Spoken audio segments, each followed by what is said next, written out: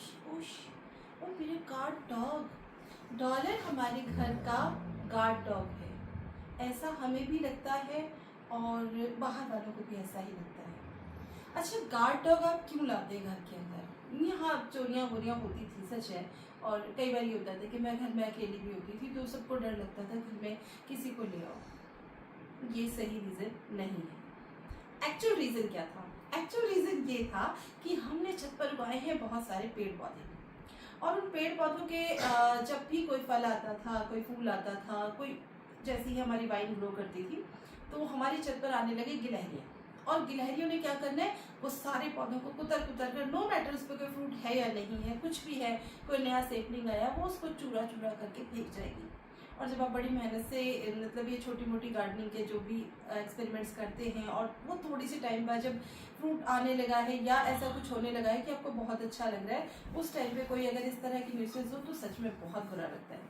बहुत सारी चीज़ें कि किसी ने कहा कि यहाँ पर कुछ टांग दो, किसी ने कहा कि कुछ यहाँ पर इस तरह के लहसुन वगैरह रख दो जिसकी स्मेल से वो चली जाएगी। ऐसा कुछ नहीं हुआ। फिर हमने डिसाइड किया कि हमें कैट पाल देते हैं, कैट आएगी और वो उसको भगा देगी।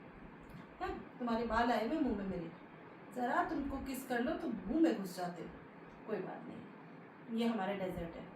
तो हाँ, तो हमने क्या किया, हम कैट लेने गए और पता नहीं क्या हुआ कि कुछ ऐसा हुआ कि हमें कोई कैट नहीं मिली। ऐसे हम अडॉप्ट करना चाह रहे थे और हमारे मोहल्ले में भी कैट्स नहीं है। फिर हमने कहा कि चलो डॉग भी है, वो भी यही काम कर सकता है, भगा तो सकता है।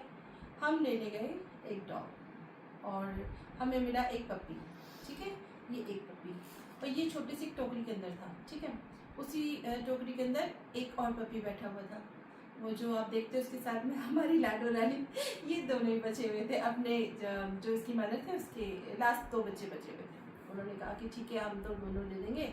जो भी हुआ, नटशेल में डॉलर हमारे घर आ जाता। और अब क्या हो रहा है, गिलहरी हमारे सारे पौधे कुतरती थी, गिलहरी को इन्होंने थोड़ा डरा धमका के भगा दिया।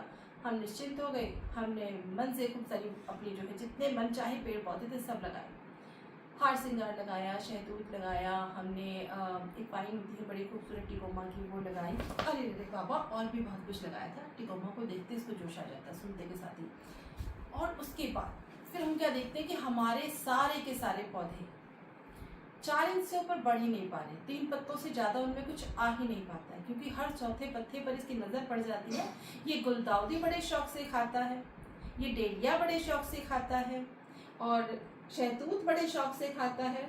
बस सिर्फ खाने के लिए इसके आगे पीछे हमें हाथ जोड़ने पड़ते हैं, बाकी पौधों की रक्षा और सुरक्षा अब हमें स्वयं करनी पड़ रही है। तो जिस काम के लिए हम इनको लाए थे वो काम हमें इनके लिए करना पड़ता है। हमने सोचा था कि गिलहरियों पर ये दोनों मिलकर भौंकेंगे, लेकिन अब ऊपर हम सब मिलकर इन पर भौंकते हैं कि बेटा इसको छोड़ दो, बेटा उसको छोड़ दो, बेटा ये मत करो, डॉलर मैं देख रही हूँ, डॉलर इसको मत खाओ।